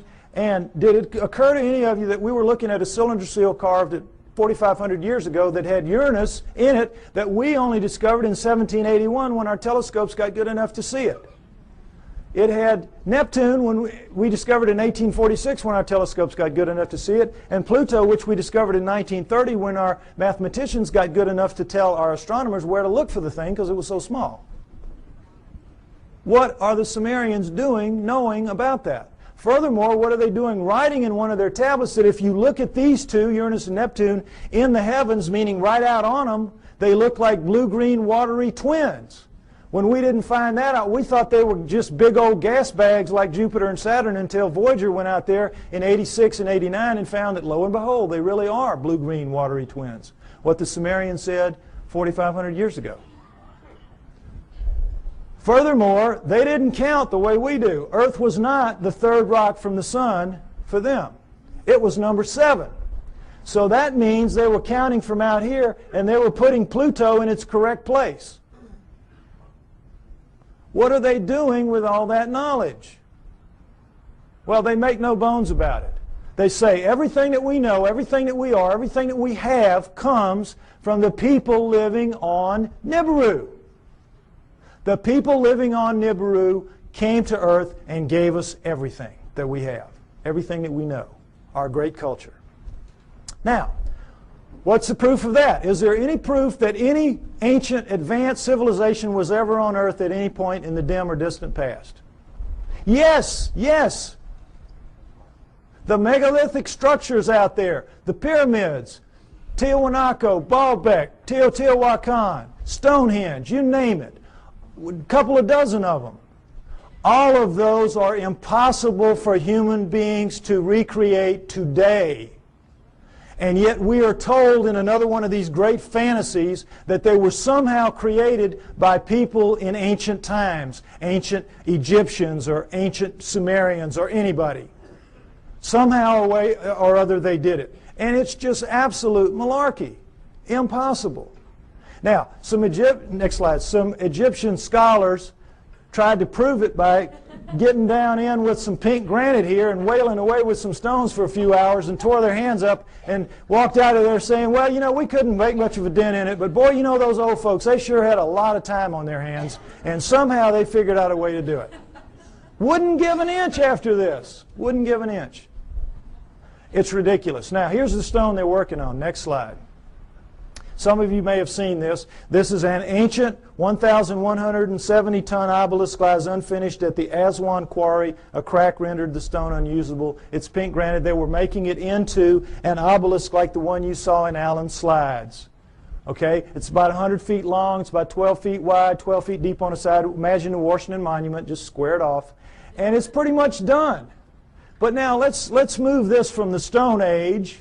Let's move it through the age of copper, because copper wouldn't make a dent in that. And let's move it into the Bronze Age. Bronze will chip on it. Bronze will take a little bit of it out. Now, let's put our bronze chisels or hatchets or whatever in the hands of some guys and get them down in this crack and put them to work. How do you think you're going to fare in there? Pretty tight fit. Plastic Man might have a tough time up in there.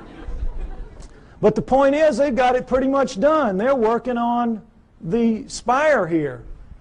When they break it, you know how it works. You press here, you get this. Well, look, does this look like somebody chipping away with a little hand? No. This looks like a belt sander taking pieces out the size of the chair you're sitting on. Huge chunks of pink granite, one of the hardest stones in the world, just being ripped out. And they press too hard with whatever machine they've got here, and you know your physics. You get stress back here, and they popped it. They broke it.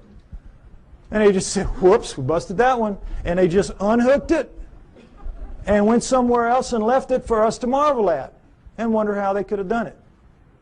But now let's go ahead and say they didn't bust it and they finished it. These primitive people now who managed somehow to do this. They finished it. It's ready to go. The hole, by the way, is about 15 feet deep. That's the top of it up there. But still, what's the first thing they've got to do? Somebody's got to draw straws to get down there with his hatchet and cut it loose from the bottom. Now, who's going to do that with 1,100 tons sitting on top of him? We could not get our best diamond-tipped blades to cut through underneath this thing. The weight would stop the blade. We could not, the operative word here is impossible. We could not get this out of here. And yet they did it time and time and time again. To lift it out, just if we could somehow cut it loose, we would have to take a dozen of our largest movable cranes to wring that hole just to get it up. You're being lied to, folks. That's the main thing you got to understand. You're being lied to.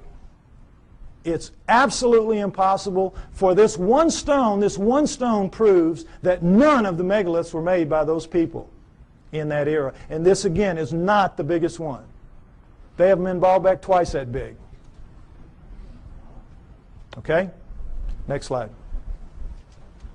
All right. What we're told is that the Anunnaki came to Earth for this, gold. mining gold.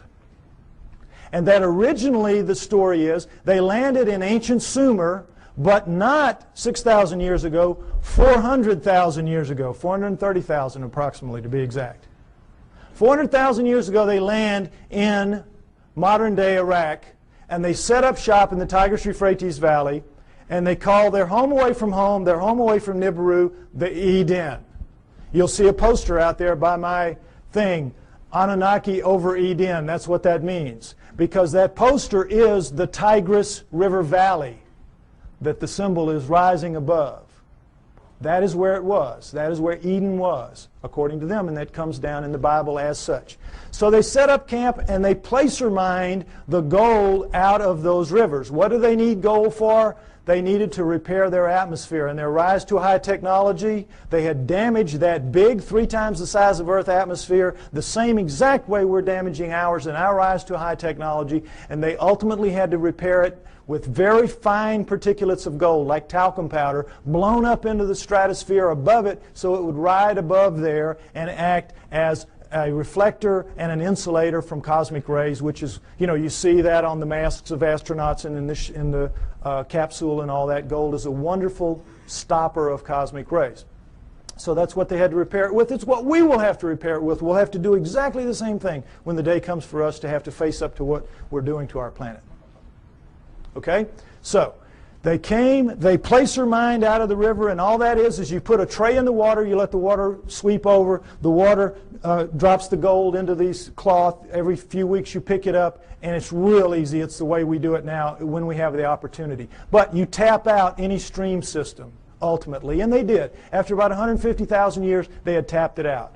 And so they decided they were going to split themselves up and go where the mother lode of gold was on the planet Earth, which is what it is today, southern Africa. So they divided themselves into the upper world, which remained the Eden, and the Abzu, which was the lower world, and you didn't want to go to the lower world because you had to get in the holes and dig the gold. And they didn't like it. So the Anunnaki revolted. They said, we don't want to do this. We want a slave to do this work for us. Plus, it was a hardship duty, mostly men. Why don't you make us some women while you're at it? So that's what they did. They decided to use the creatures of Earth, which would be the hominoids, and I say it would have been the Almas, the likeliest candidate. They took the creatures of Earth to get some of their genetic material to make the new slave better adapted physically to the planet than they were, but the slave would for the most part be like themselves. We shall make the Adamu, A-D-A-M-U, which comes down as Adam, and we shall make the Adamu in our own image after our own likeness, which comes down word for word. And that is what they did. They made their slave inferior models of themselves. That's us, folks. That's us. We're really inferior models of the Anunnaki. And as you saw in the cylinder seal, we look like them. We look like, in their own image after their own likeness. In all of the cylinder seals, we look just like them. We don't have the horns on our headgear. That's about it. We're them. That's why we're not adapted to this planet. That's why we're so obviously not a part of this planet. We have their bones. We don't have primate bones. We have their muscles. We don't have primate muscles. We have their skin. We don't have primate skin. We have their body pattern, their hair patterns on their body is ours. We have thickest on our front, thinnest on our back. Primates have thick on the back, thin on the front. We have their eyes, their poor night vision eyes. We have their foreheads. We have their brains. That's a key to this. We have their brains. That's why we're not like anything else on this planet. We are them. We are genetically engineered copies of them. Okay, next slide. Let's take a look at how that was done. Human body contains 100 trillion cells. There's a nucleus inside each human cell except red blood cells. Each nucleus contains 46 chromosomes arranged in 23 pairs. One chromosome of every pair is from each parent. The chromosomes are filled with tightly coiled strands of DNA. Genes are segments of DNA that contain instructions to make proteins, the building blocks of life. This is where genetic engineering takes place. Now, we're going to go over it lightly, but it's very important. I want you to understand these things that I'm going to tell you now. Okay, next slide. Don't worry about the details and how they do it. This is what they do. They can open up a cell, our genetic engineers can, our geneticists can. We can open up a cell, open up the nucleus, pull out strands of DNA, and in that strand, 98% of it will be what's called junk DNA. We don't know what it does. If it has a function, we don't know what it is. 2% will be what are called, prosaically enough, the working segments. They work. They do what they're supposed to do. They make the proteins. Now, if you cut in the junk above a working segment and in the junk below and remove it and have done the same with another strand of DNA over here, you can move anything into anything else. It can be animal into plant, plant into animal, fish into fowl. It does not matter, because all living things at the most fundamental level are exactly alike. Understand that. We're all made of the same 4 base pairs, the same 20 amino acids. Everything's the same at the most basic level. It's like it's pop beads that are interchangeable. It is almost as if somebody designed it that way so they could just mix and match the parts and make anything they wanted. Isn't it? Something to think about. Okay, but the problem with it from an engineering standpoint is this. You're not cutting with a blade. These are not precise cuts. The blade would have to be a few molecules thick. You're cutting with chemicals. Chemicals. Now, the chemicals can cut pretty accurately, but mistakes are going to happen. Something's going to ooze out where it doesn't belong. Something's going to splash over it where it doesn't belong. Mistakes are going to happen. Inevitable. We know that. We make mistakes all the time. Another problem with genetic engineering is you don't know what you're going to get when you do this. You can't predict. You have to decide what you're going to do. You have to do it. You have to let it express, which is live, and see what you get, and then use that to determine what you do the next time. And of course, the great fear in genetic engineering is somebody's going to make a mistake and create the Andromeda strain that's going to kill us all. A legitimate concern.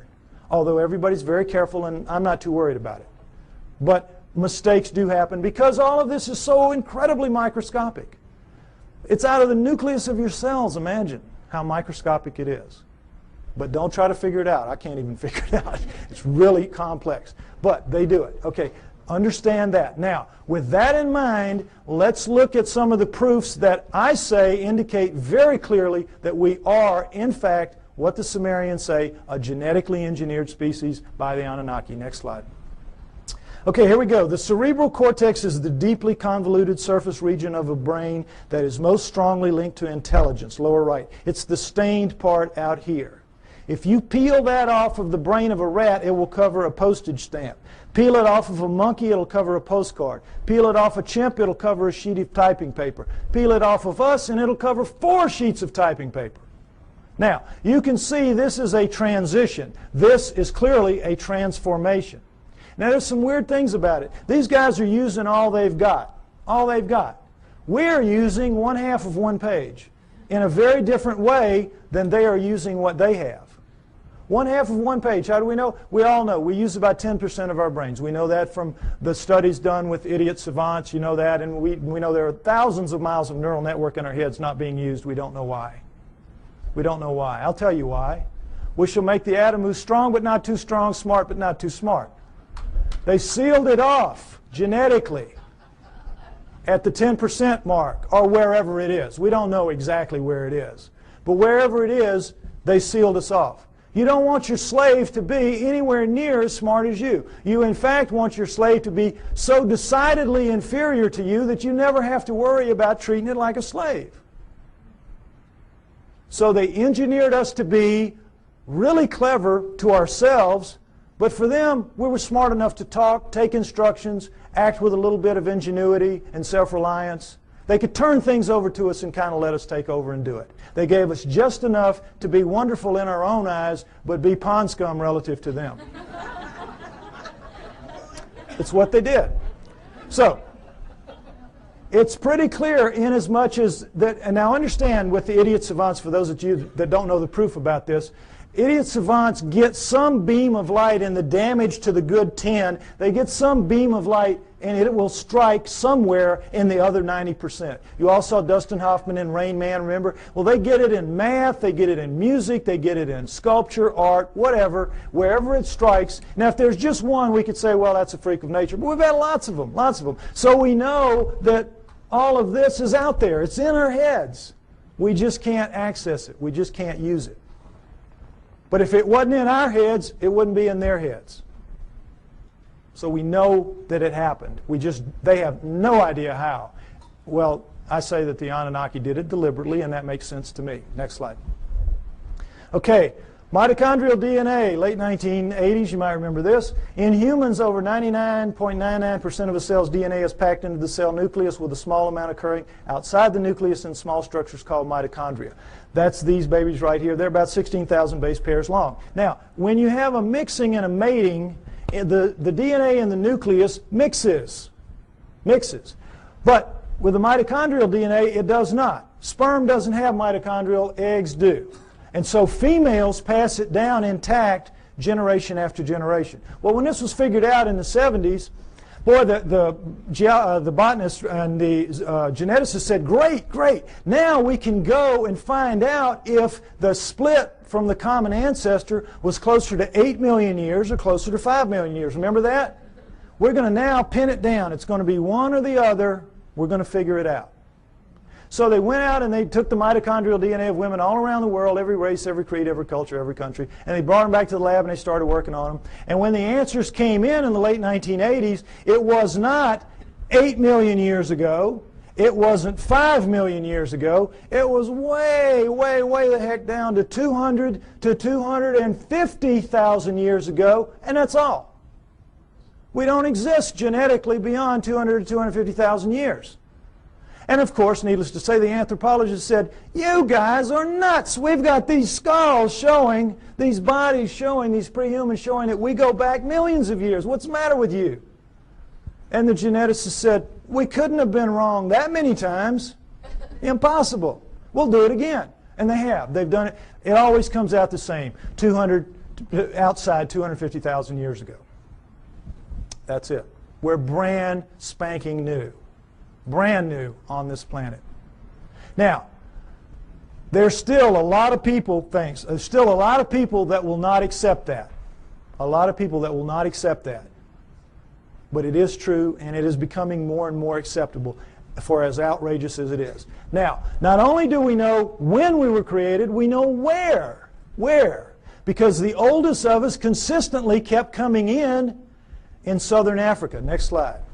And in fact, the cover of Newsweek in 1987 showed that if in fact there was an Adam and Eve, they were black. They would have to have been black. But of course they knew the flack they were going to catch, in the South at least, so they made the blacks look as white as they could. This guy looks almost as white as OJ, doesn't he? But the point is, in trying to have it both ways, they caught it coming and going, because you can imagine the letters to the editor after this issue. But the point is, it tells the truth. The oldest of us do come from southern Africa, and we definitely are 200 to 250,000 years old. And guess what else? That is just what the Sumerians say about us.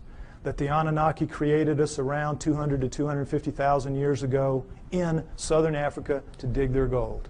What a coincidence. What a coincidence.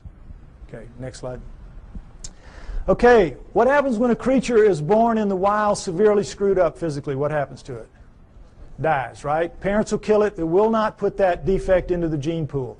You're looking at the great exception. You're looking at 28 of our most severe genetic defects, but we have 4,000 and counting.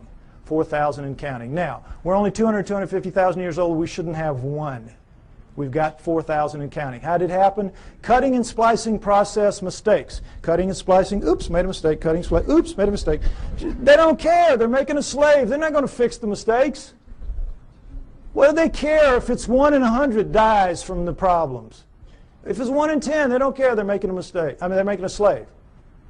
But they know the numbers, like we have found out the hard way. If you let the population propagate naturally, those numbers go way down for each person. Right now, as we sit here, we average about 50 of the 4,000 each of us. And we have a mating with our mate. If we share any of those 50, then each of our offspring will have a 1 in 4 chance of expressing it. That's why you'll get mongoloids in the best of families, mongoloids in the lowest of families, and all around the world. And that's what genetic defects are.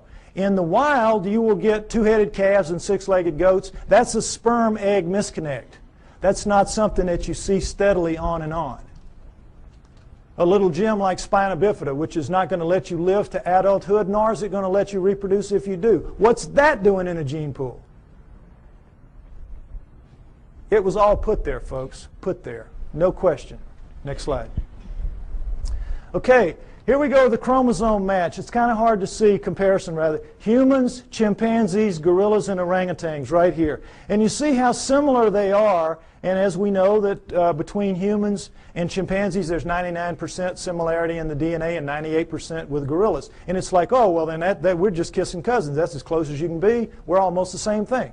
Well, not really, because we're talking about a 3 billion base pair genome. 1%, that's 30 million base pairs. That's a couple thousand strands of DNA.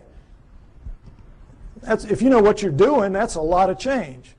But also understand that all higher animals, and never say this, share 50% and up. Squirrel, 50% and up. You see, so it isn't quite as astounding as it seems. But what we're looking at here is the Anunnaki have got themselves a real problem. And that problem is this. They come to Earth and they decide they're going to make the slave. They decide we're going to use this creature of Earth, let's say it was an Alma. They test the blood, and what do they find? First thing, big problem, 48 chromosomes. All primates have 48 chromosomes. But they, the Anunnaki, have only 46 chromosomes. How do we know that? Because we have 46 chromosomes. We descend from primates, and yet somehow we lose 2 whole chromosomes. That's an awful lot of DNA. And somehow we're so much better than them. Well, they have 68 or something like that relative to them. But we don't. We have 46. So we know this was the result of the genetic engineering, and they had a problem. The Anunnaki did. What could they do? They had to, you know, how it works. There's 24 in sperm and egg, 23 sperm and egg. So you got to get the sperm and the egg to match up, one or the other, 23 or 24. Can you take out a chromosome from the creature of Earth, the 24, and still have a creature of Earth? No. Can you add a chromosome to yourself and still have an Anunnaki? Go up to 24 from 23? No. You got a real problem. It's an insoluble problem. And you need that because you got to get the first hybrid to get in the game of the genetic engineering. You got to get something alive that is a blending of you two to begin to work on it. So what can you do? How can you solve that problem? There's only one way, and boy, is it smart. You go in and you look and you compare the chromosomes, and you find 2 that can be fused and will take up one space but maintain the integrity of all the chromosomal material. You find a spot where you can fuse 2 to make 1, and now you've got all the material but taken up one place, and now you're ready to rock and roll. You with me? All right, let's look at the number 2 chromosome close up. They just went to the second one. They just looked down the row and they said, okay, this will work. Orangutan, 2 and 3. Gorilla, 2 and 3. Chimp, 2 and 3. Human. Uh-oh. Fusion. How long do you think it would take Mother Nature to do this? There's no clearer proof that we're genetically engineered just like they say we are. Next slide. And so, I think it's fair to say that everything we know is wrong, at least about human origins, that we were given life by the gods with a small g through the equivalent of a test tube, and that we were the hair-covered hominoids, and that our humanity emerged from that. Now, this is where I normally end it, and they tell me I'm running out of time, so I want to get to the new thing that I want to share with you. Oh, no, where did I? Oh, here it is. Because this is really exciting to me. On the 12th of this month, which was just recently, I received an email from a person who wants to remain anonymous. And this is what he said to me. He is a geneticist, a full-blown geneticist.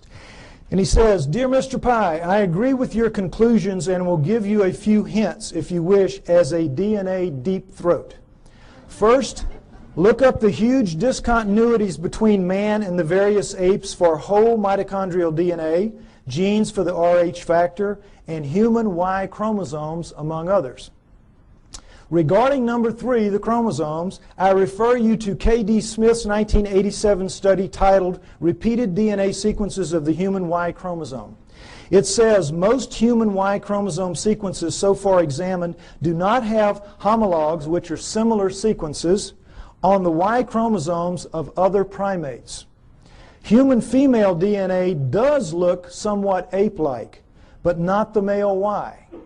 This means that if we are a crossbred hybrid species, as you contend, meaning me, the cross had to be between a female ape-like creature, a creature of the earth, as the Sumerians said, and a male person from elsewhere, as I also contend.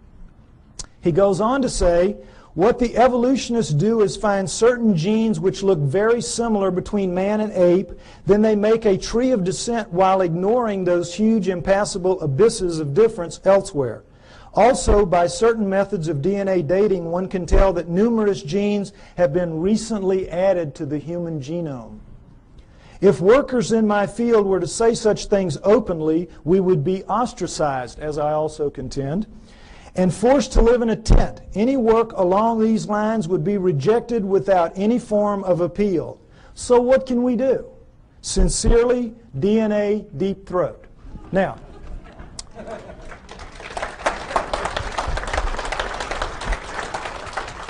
what this means, thank you, what this means is we win. We win. Because where one of these came from, more of these are going to come. As my profile rises higher, and I think, frankly, that I'm the only person out here pushing this genetic stuff that you're seeing like this, more of these are going to come my way. We're going to win. You've seen the evidence. Now, right now, we're getting our brains kicked out. We are getting our brains kicked out. That's why we're called the fringe. And the reason is we keep mounting these frontal attacks on the establishments. And every film that we produce, every photograph, every sighting, every testimony, every capture, every encounter that we have, and we throw at them with the best intentions. Our word is truth, is it not? Our word is, it's true. It's true. And their word is what? Liar. Liar. They dress it up. They say, well, you don't know what you're talking about. You don't know what you're seeing. You made a mistake. It was swamp gas, whatever. They're basically standing there and saying, you're just a bunch of liars. We're right and you're wrong. And because it is our word against their word, our word truth, their word liar, their word wins. Day in, day out, year after year. It's very frustrating, is it not? Boy, it just annoys the heck out of me. But what this means is we're going to win in the end. Why? Because the genes say so. The genes back us up. And right now, this is not a field that you're very familiar with. And I've worked very hard to make this very simplistic so you could understand at least the fundamentals, and it's the same in my book. You need to be aware of this is because this is the back door, kids. This is the back. We're not going to storm them from the front. We've been doing it for years. They know how to deal with us. Our word against them, we're going to lose. But in this instance, the genetic end of it, what is it? It's their word against them. It's their research against them. They're going to lose. We're going to beat them with the genetic evidence. We got to beat them. We will beat them. We know we're right. We know they're wrong. They know they're wrong. They know they're wrong. We just have to get mentally tough and accept that this is a war. This is a fight. This is not, gentlemen, Marquis de Queensberry rules. This is a dog fight. This is a knife fight. And you all have got to get out there and proselytize. You have to familiarize yourself with these basics at least. And instead of throwing things at them that are going to bounce off like BBs off a barn door, you got to start throwing some darts. This stuff will do it. This will do it. We can win. We're going to win. Thank you.